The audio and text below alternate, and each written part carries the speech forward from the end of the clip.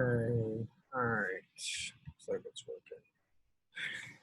All right. Good morning, everyone. It is September 23rd, about 8:45. I just wanted to go over a little bit of Chapter 2 for Nutrition BI 169 online.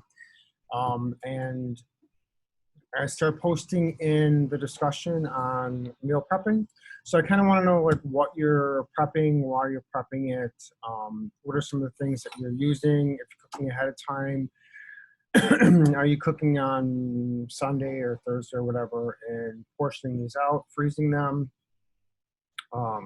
Semesters back, people have been talking about Instapots or using Ziploc bags or freezing things in containers and pulling it out. And by the time it's time for lunch, it's already thawed and room temperature and edible. They just may have to heat it up or whatever. So think about some cost savings. Nutrition, is it a better option than going to a fast food restaurant and just eating whatever you're in the mood for that day and taking in 500 extra calories or whatever it happens to be. So, just jump in discussion and we'll start talking about that. Okay. Just start sharing my screen. I think last time we couldn't get the PowerPoint, didn't show up, so I wanted to make sure it worked today. So, sharing my screen.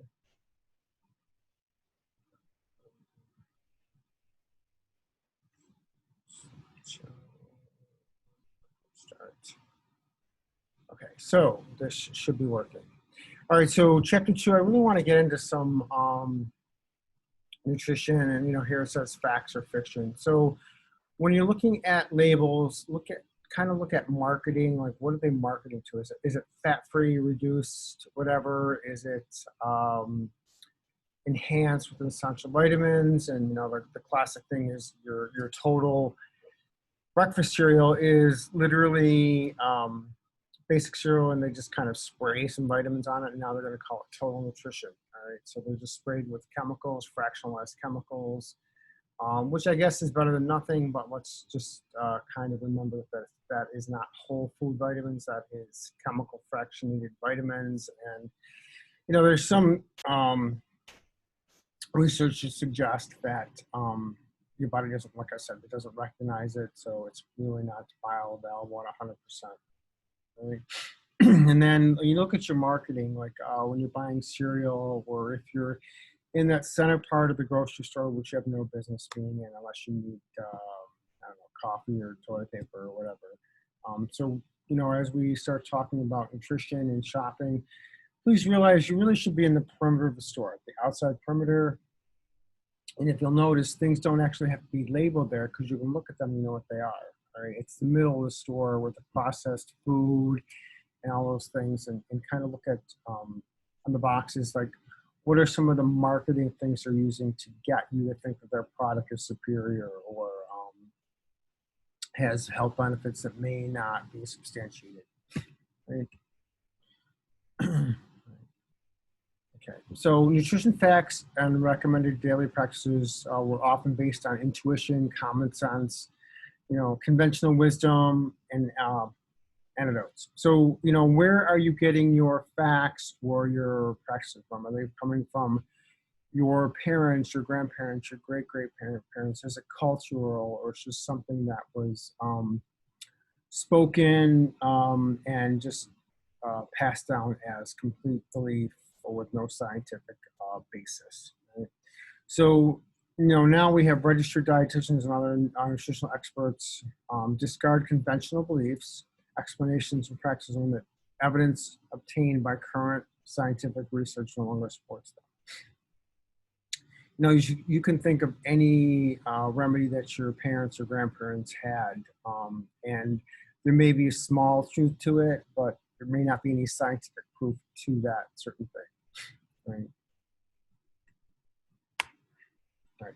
So on your first exam, I'll give you some questions on scientific method. All right, it's just really kind of middle states or SUNY, State University of New York. These are some of the things that we have to put into any kind of a science-based course, or it's just scientific method, like, what is it all about, or how do we come up with research, or how do we come up with a hypothesis, or, we observe something and we kind of inquire about it, and then we do some experiments. And if it's a true to life experiment, we should be able to reproduce that experiment. So any one of us, if we were to follow the experimental recipe, we all should be able to have the same observable results if it was done correctly. And we'll talk a little bit about double-blind tests and control group, placebo effect, some of these things. Right? So, why do we have scientific method? Well, we have natural observations or physical observations. So what are we observing? We say, well, we observed, that all of these people that consumed, or, people that smoked for decades are more likely to have respiratory issues or cancer or something. That could be our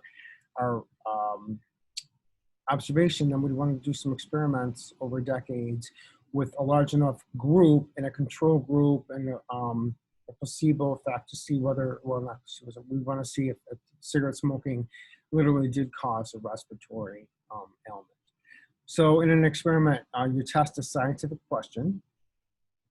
We have to remember there's safety and ethical concerns. So we kind of have to make sure that our experiment isn't lethal. When they first did radiological examinations, they were radiating, people with this, and it was kind of cool because, we could see the osseous bone structure. But, after a while, they realized, well, this, the Rogan thing, his wife, he kept x-raying her hand, and you could tell by her ring that it was her hand. But it turns out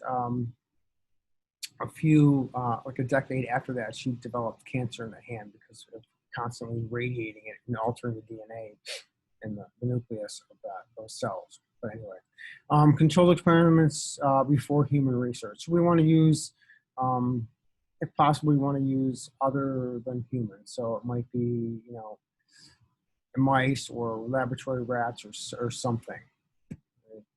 So applying the scientific method, we want to observe something. Like I said, we want to observe something, and then we said, well, we have a question about that. So we want to have an inquire about that, and this is our hypothesis. This is what we think, and then how can we observe that and come to a conclusion? And how could we experiment that? How could we see whether that's true or not? So you want to develop a question. You want to test it.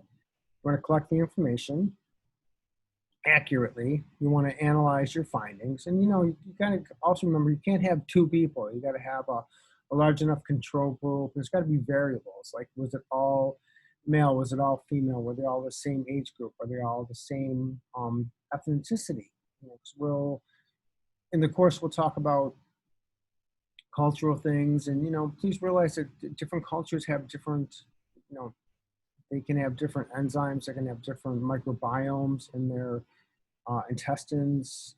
So not everyone has the same taste, or actually not that everyone can taste the same things, or not everyone can smell the same things. And we have different variables in our GI tract. So that might alter our results, or whatever the hypothesis, or whatever question we're coming up with, or whatever our results we would expect to happen. So you want to analyze the findings, form some conclusions. You want to share the results, conduct more research, and once again, you want to share those results, and it's going to be peer reviewed, hopefully, and theoretically, someone should be able to pick up your experiment and duplicate it. Well, maybe not exactly, but they should be able to duplicate the majority of that experiment, and they should come up with the same results. So observe, observation, a group of hospitalized patients who have stomach cancer. So this is what your book's saying, or this isn't. So we're realizing we have a bunch of people in the hospital and they have stomach cancer. So we'll say, well, what would cause stomach cancer? So we're probably going to think, well, it's got to be something they're eating, right? Something they're eating is affecting that stomach parenchyma, the tissues in the stomach. So we say, well, let's collect some dietary information. So let's find out what all these people eat. This whole group of people that have stomach cancer, right? And then they realized, or theoretically, if we're making this up, we could say, well, stomach cancer patients consume more charcoal grilled meat. So we could say, well, everyone has stomach cancer. 95% of them admit to eating charcoal grilled meat. So they, maybe that was on the grill or whatever. And we could theorize that there's benzene rings, anything you grill can alter it and cause it to be more carcinogenic. So does charcoal grilled meat increase the risk of stomach cancer? Well, that's our theory. We just said, well, 95% of them had admitted to enjoying grilled meat. So we could say, well, is there a cause and effect to this? So potential question, chemical X is only in meat that has been charcoal grilled. So it could be, let's just say, the benzene rings or whatever.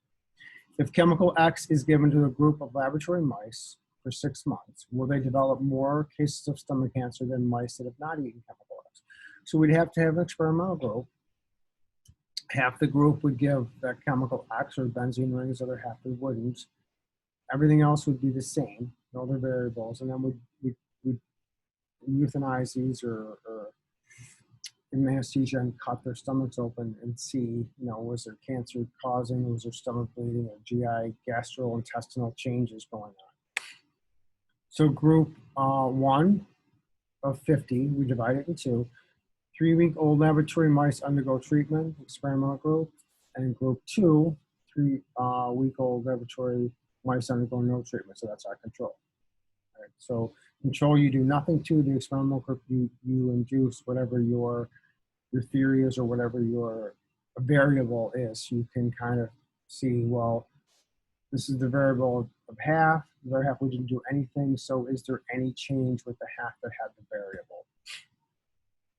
So step 4, we want to collect information. So every 3 months, the researchers collect information, data about each mouse. And then at the very end, you analyze their findings, review the collected data, analyze comparative statistics. So, we check these mice periodically. Here's all the data. Here's our control group. Let's just say we color-coded that green, and our variable group, we color-coded red. We compare all the notes and see what changed with our variable. So they're going to form a conclusion from that, and then you want to share the results. Share the results and conclusions, prepare an article, and then you want to have a peer review. So peer review means people of your peer, people of the same education or same background or same job or whatever. They would review it and they would say, well, I really liked your experiment, except, you only used all male rats, or you only used all female, or you only used white rats or mice. Or they could just find something, well, to be more accurate, we would want to have possibly a white rat, a yellow rat, a black rat, male and female. And then, we could also say, well, you only used immature or adolescent mice or whatever. Sorry, guys, the lights went out.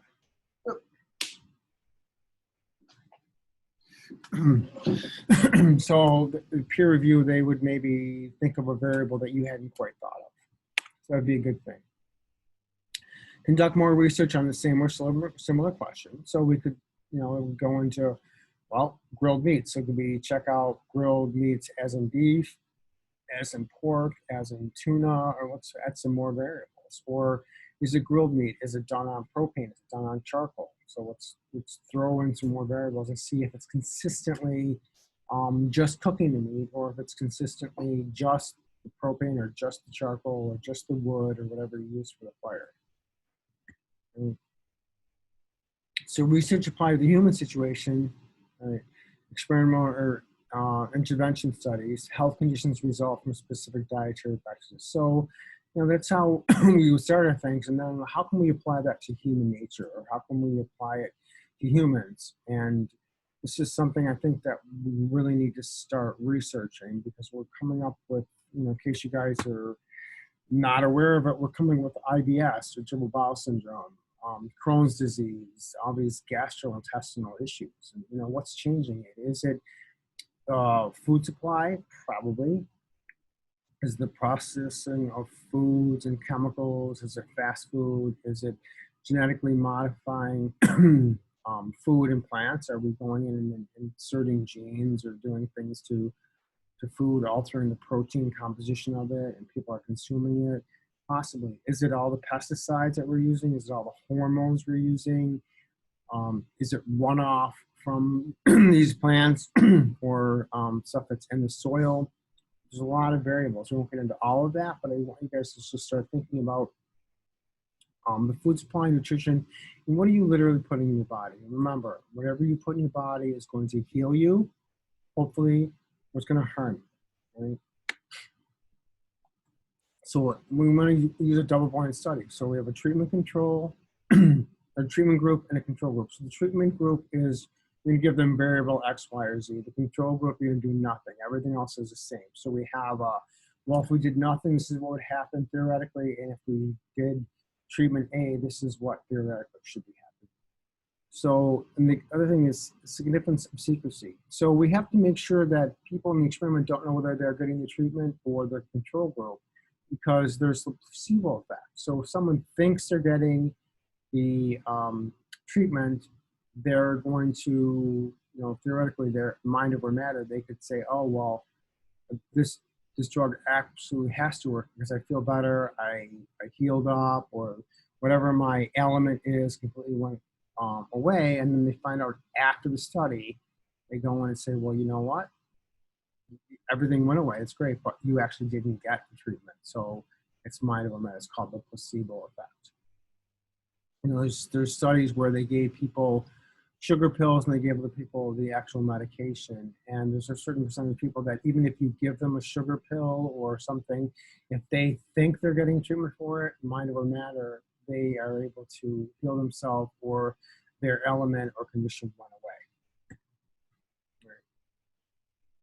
So we're going to do some population studies, chronic diseases versus causes of death versus specific populations.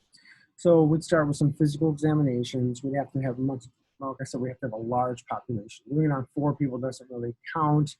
50 possibly. We'd want 100 or 1,000 people. So we'd have a big enough control group where you could say, well, disease score wise or significantly, anything over, you could say anything over 25% would be significant. Right?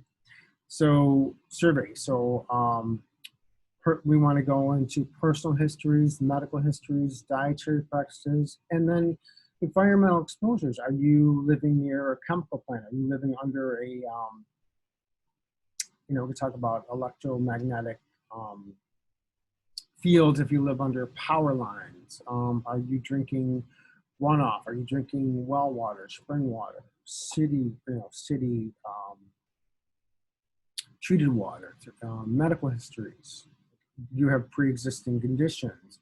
What are your dietary factors? Are you eating healthy, organic, clean? Are you eating whatever you can find, chemically processed, garbage or refined sugar or refined pasta?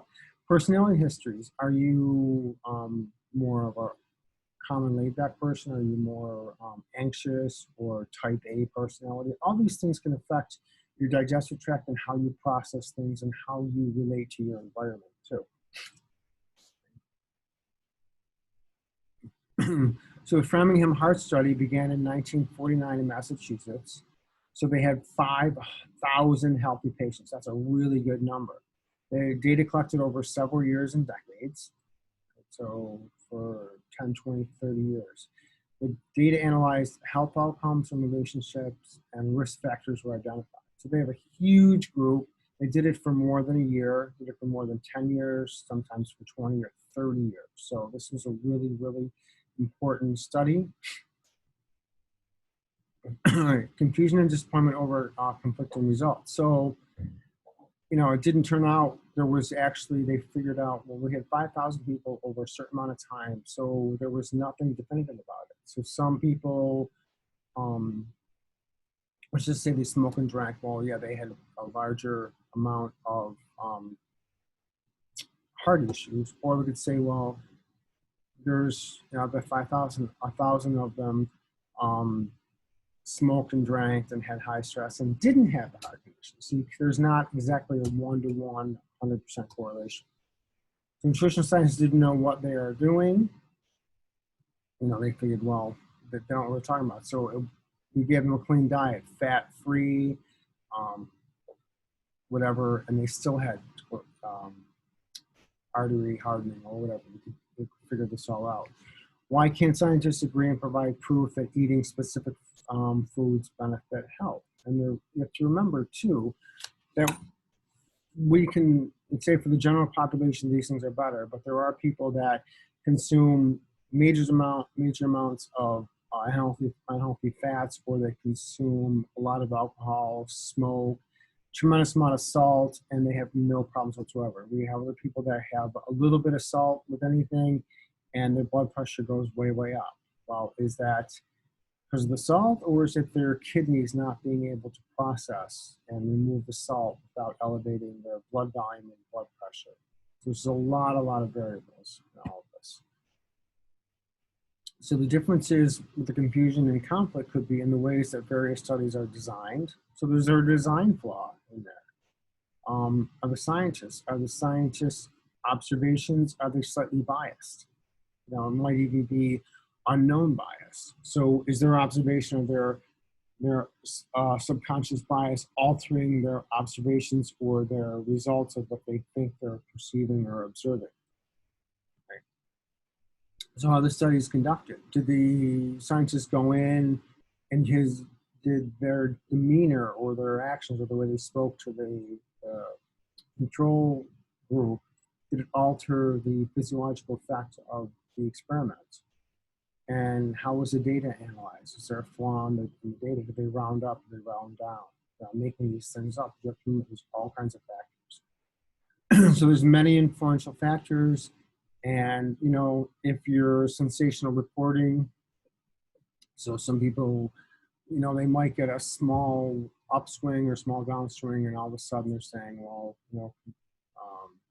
conclusive proof of X, Y, or Z. And, you guys, the environment are quiet right now. It's September 2020, so there's sensational reporting on every aspect of whatever.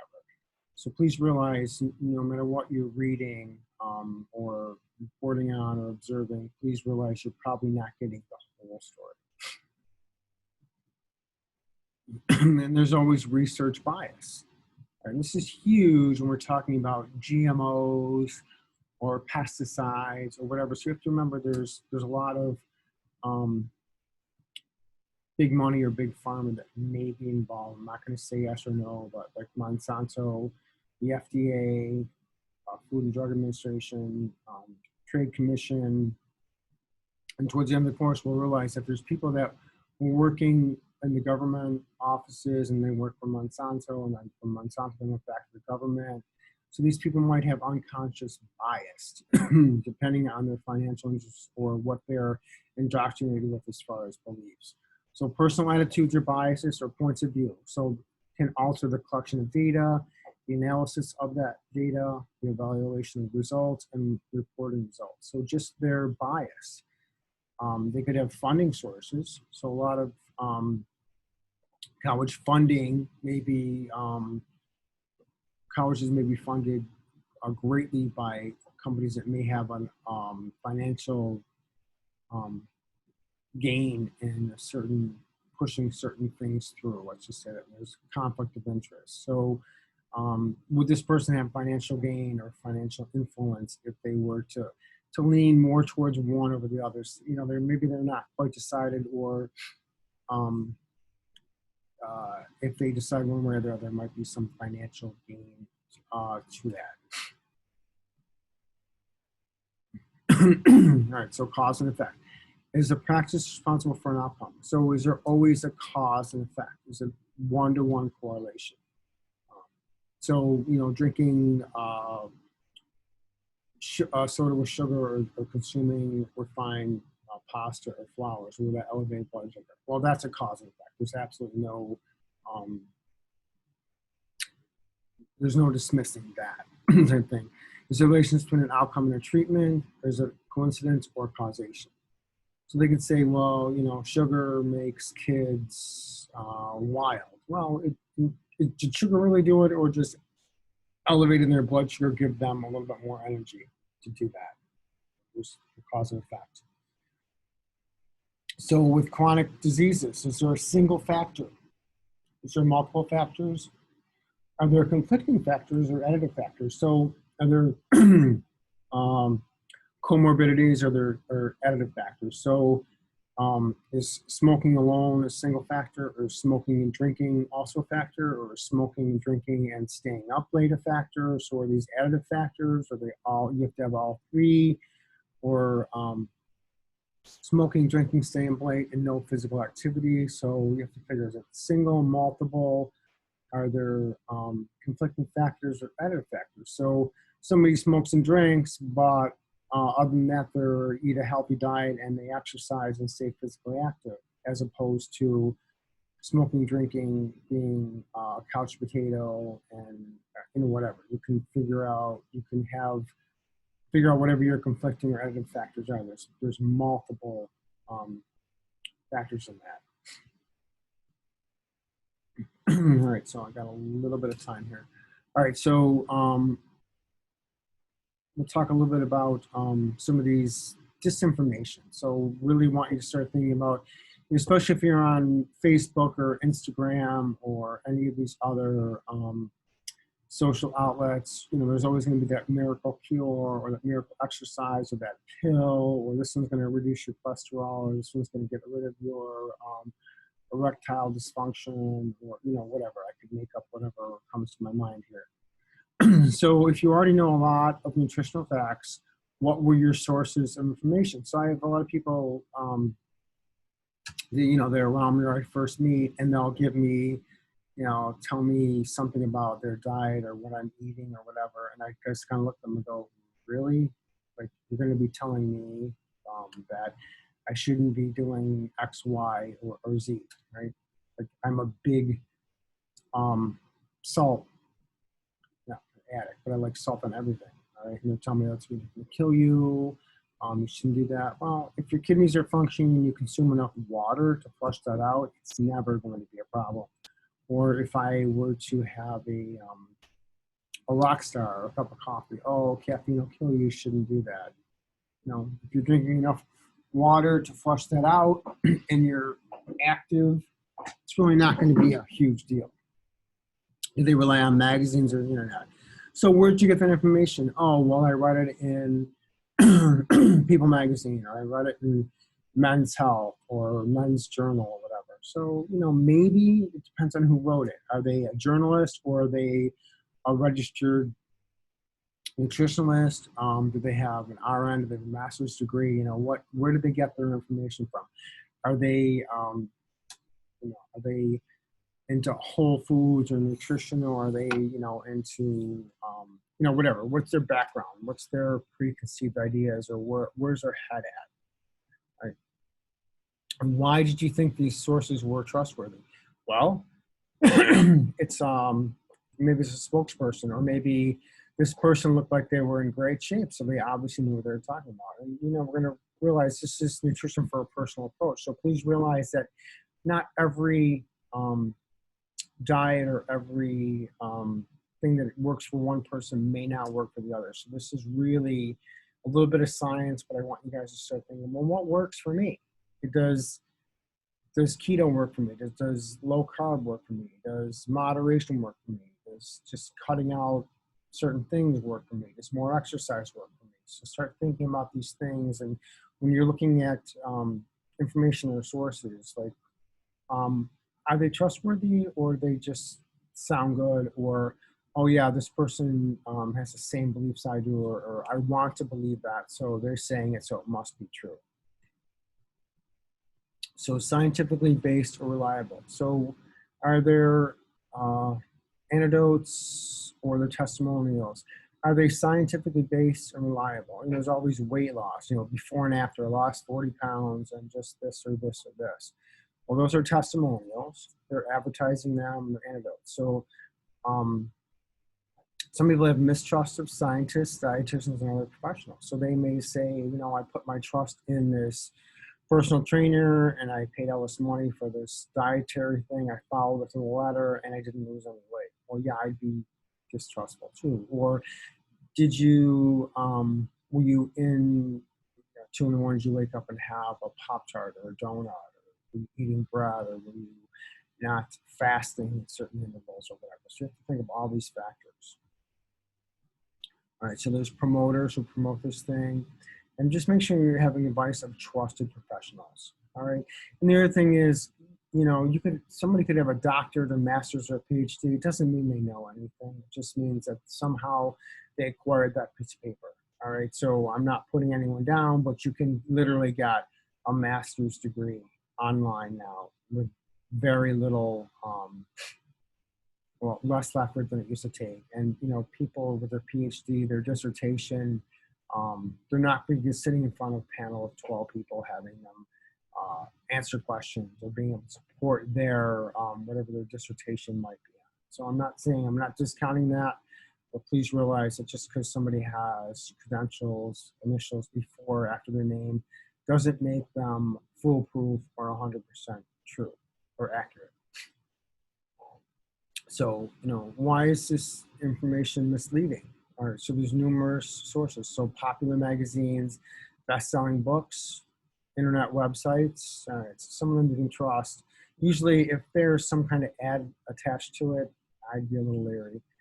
Cable news, commercials, infomercial, home shopping network programs. So I would say these are probably not your best source. Best-selling books, start reading the book.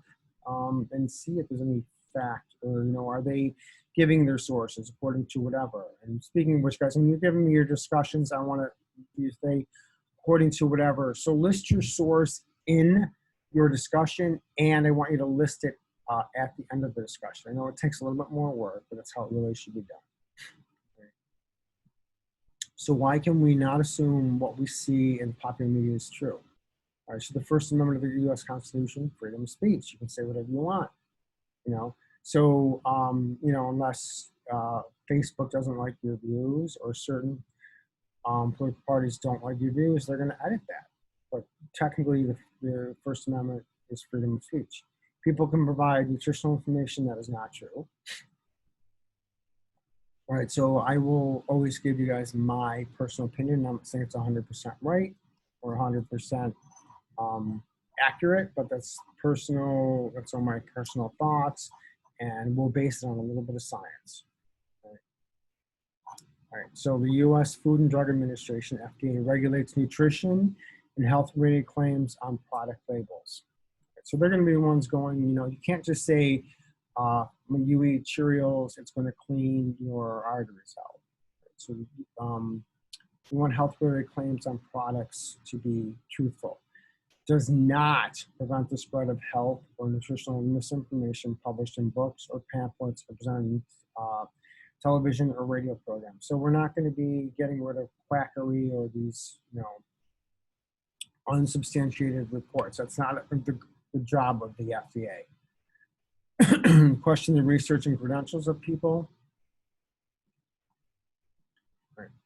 So really, the goal here right now is for you guys to become a more critical consumer of nutrition information. So during the next few weeks, I want you guys to start looking at labels and just really start thinking about, what are they claiming? Is that really, really true? And what am I putting in my body, or how can I eat healthier? Okay. So the FTC, the Federal Trade Commission, is really where your consumer protection comes in. So they're going to go after people with false or misleading health claims and advertising. So on your vitamins, your supplements, they're really going to be like, you can say that if you can substantiate whatever you're saying, you really can't say it on a label. All right. So fraudulent marketing, we've known some celebrities who have had their own products and have been sued for it because or used fraudulent marketing. There's unproven health-related products or testimonials. The Federal Trade Commission can jump in on that. So promises of cures for common serious medical conditions. All right, so, you can never say you can cure, or, we're not replacing a doctor's visit or whatever, but we could say, this dietary product or this diet could reduce your insulin levels for a longer period of time, or can it reduce, free fatty acids floating around your blood, or whatever you're saying. All right, but we can't promise a cure. All right. These products ineffective or effective? All right, what are the negative effects of these products? So a lot of these, I know I mentioned before, if you're taking some of these fractionated chemicals, if you consume them and they're missing something for the biological, enzymatic, anergonic or exergonic reaction, they're going to actually take it from surrounding tissues or surrounding areas. So there can be some negative effects of this. And skeptical people do not believe the claims without checking into them. So some people will, oh, I saw it on Facebook, it must be true, or my cousin told me about it, it must be true. And they get other people who really want to do some research into that. Because, I'm putting this in my body, I'm believing it, but, show me the proof, show me the money. How can you become a more careful, critical consumer of nutritional-related information, products, or services?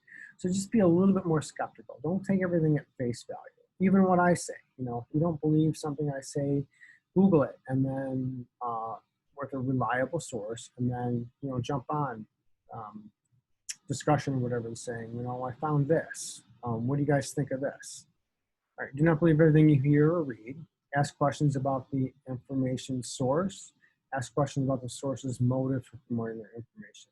So what are the motives? Is there a financial gain for this? Or is there, whatever, more Instagram followers, or whatever ridiculous thing that people do things for? All right. Beware of salespeople, because they're going to have favorable biases, lack of scientific training, and a lot of times they're commission-based. So they're going to sell you this because the more they sell, the more they make. They may not have scientific training or favorable biases. So if I go into like GNC or some of these Menu 95 or some of these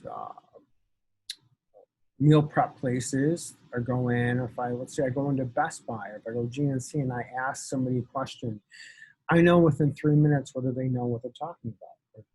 Okay, so my whole thing is, if you're a salesperson and you're on the sales floor, whatever, you should have an idea of what's going on. And if you don't, even if it's your first or second week, you can study these things. You can look at these things. Like if I'm going in to buy a car and I go in and I ask the person what options to come with, and if they don't know, move along, skip it. I have no time for that. I'm here to buy a product. You're supposed to be the salesperson here. You're supposed to be able to guide me. And don't tell me one thing, and then when I get in to sign the paperwork, it's not true. That's not going to be a good situation. Okay? So nutritional experts, what's their educational background? All right, did they have a nutrition course in high school? Or do they have this basic nutrition course? Then you're no expert. This is a nutrition, a personal approach. This is just to get you to start thinking about nutrition for your own self, and maybe, if you're going into healthcare, maybe some basic information to tell your patients or your family to get them to eat better, or start thinking about, what they're consuming instead of mindlessly just eating whatever they're accustomed to eating. Are they degreed in nutrition from an accredited institution? All right, so in grad school, I literally only had probably 9 additional credits in nutrition. All right, so the rest of it I kind of read about or learned about through Standard Process and Moss and some of these other holistic health or vitamin places, and just really more about reading stuff on my own. All right. So what's your professional experience? Have they worked with patients or worked with people, or do they have any kind of dossier? Do they have any kind of a portfolio of what they can say? Well, this is kind of this is my success and this is my failure. So if someone shows you just all the good stuff, that's not good enough. So this is all my successes. these are all weren't quite successes, or this one, this is what I learned from this mistake here. So that says to me, you know what, they're willing to learn, and that's great. I trust you more than you just tell me how great and fabulous you are. So limitations of the industry or product. So these experts, so there might be some limitation to, you know, whatever they're touting or whatever they're saying. Like if let's just say that they're doing my plate or they're doing all keto or whatever. There are some limitations to that thought source. And if you're an expert, say, well, the other thing is this diet may not work for everyone. Or, you know, this works great for people who consume meat, or this works great for people who are vegans. But what's your limitation? That and not every one diet is going to work for every single person. So what can you find in the article about claims that the product was scientifically tested or clinically tested at a major university? You know, all these things say, you know, tested, scientifically proven. Well, what was the university? You know, have we heard of it? Was it Harvard? Was it Stanford? Was it Oxford? Was it, you know, Mayo Clinic? And if it is, you know, who financed it, or what's the company behind it? Was it, you know, done by Kraft? Was it done by Monsanto? You know, who was the major contributor? Would those things be slightly biased? You know, or was it some university in the foothills of Peru or Costa Rica, right? The Caribbean or something, right? Citations to what appeared to be scientific journal articles. All right, so there's citations to some of these scientific journal articles, but are they peer reviewed? Are these just obscure one-off journals? You know, so pretty much in grad school or now, you could probably get anything you want published.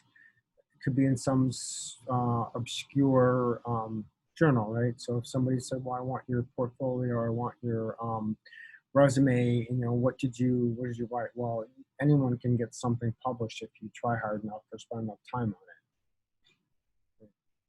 So be wary of scientific sounding terms such as enzymatic therapy, nutritionals, or colloidal chelated extractor, chelated or chai, depending on how you pronounce it. So those are colloidal chelation extractors, things they're claiming you're taking this colloidal mixture that's kind of like semi-sour gelatin, you're consuming it, it's going to actually pull these agents, free radicals from your body.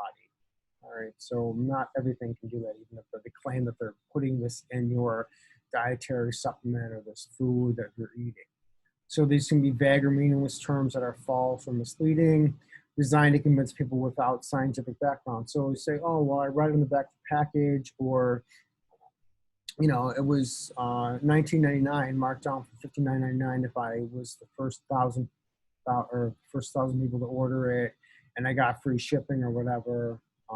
So these can just all be scientific sounding terms caused to mislead you. Right, so popular sources of nutrition information. Research supported claims of a product's effectiveness or lack of alert customers to possible health risks. Right. So popular source of nutrition information. So magazines or internets could be, you know, those horrible magazines they have at the checkout counter at the grocery store, you know, on the front, you know, keto amazing diet, you know, how to increase your energy after the age of 40, or these other magazines, or the internet constantly. We all know now the internet is tracking whatever you're buying, all right, or whatever you're researching. You know, your Amazon ads are going to pop up, your Facebook feed is going to, those ads are going to alter depending on what your interests are. All right, so look for red flags, clues or signals of misinformation in the media, advertising, and personal communities. So promises of a quick and easy health remedies, right, always, you know, if they can do it in 2 weeks or lose 10 pounds in 5 days or whatever, not good. Claims that sound too good to be true. scare tactics. You know, without this product, your arteries are going to clog and you're going to die of a massive heart attack. Money back guarantees, you know, they're counting on you to never claim it, and good luck trying to get your $39.99 back from anyone. All right, you can spend more time and aggravation to try to get that money back. All right, and a lot of times these things are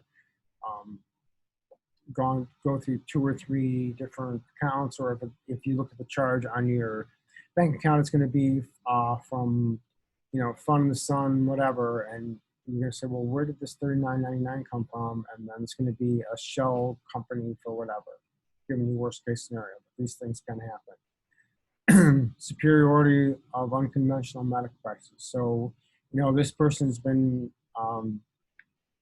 doing this research in Chile for decades. It hasn't been allowed in the U.S. You know, thousands of success stories. You know, this is unconventional medical practices that are not in the U.S. I'm not saying that there aren't other things that go on in other countries that are healthy, and there may be so many regulations here we can't do it. I'm not saying that. I'm just saying be a little bit more sensible, look for some of these red flags.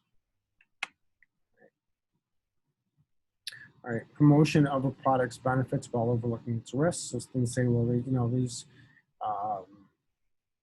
you know, we keep doing our keto diet or these protein diets. Well, yeah, you're going to lose weight, but the risk could be kidney or liver damage if you're not completely healthy, or if you overdo it too much. Recommendations based on a single study. Now, like I said, we want a double-blind study. We want to, you know, it can't just be one study. You want to be able to have a little bit more of a well-rounded approach to this. And it doesn't work on everyone or every single person. Unsupported nutritional claim or disclaimer is usually in a small or difficult to read print. You know, results are atypical, or no promise as results, or results may vary in very, very small print.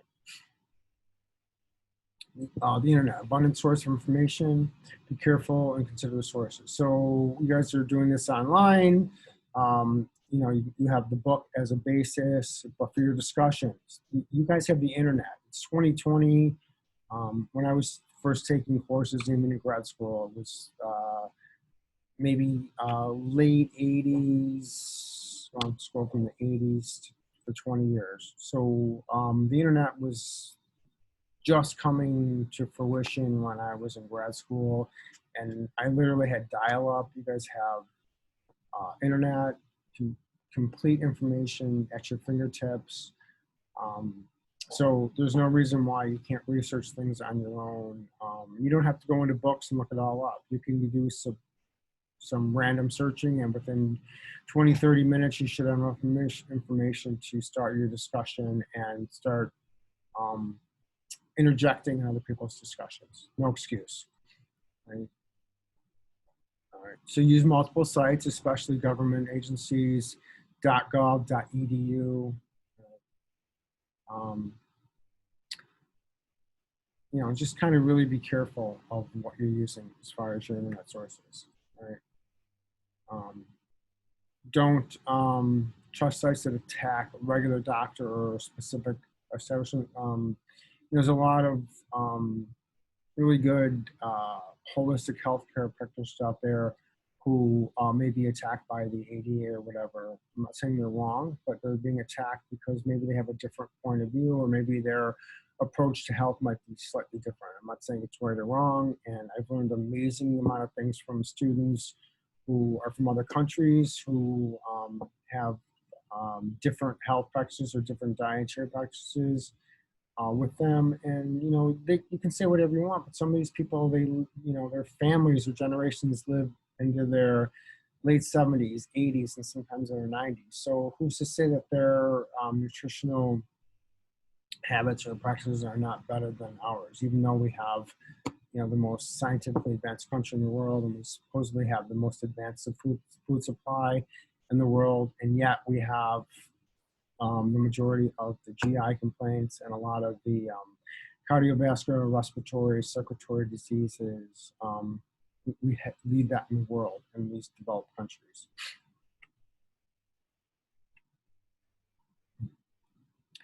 Okay, guys, I'm going to wrap it up here because I have to get going.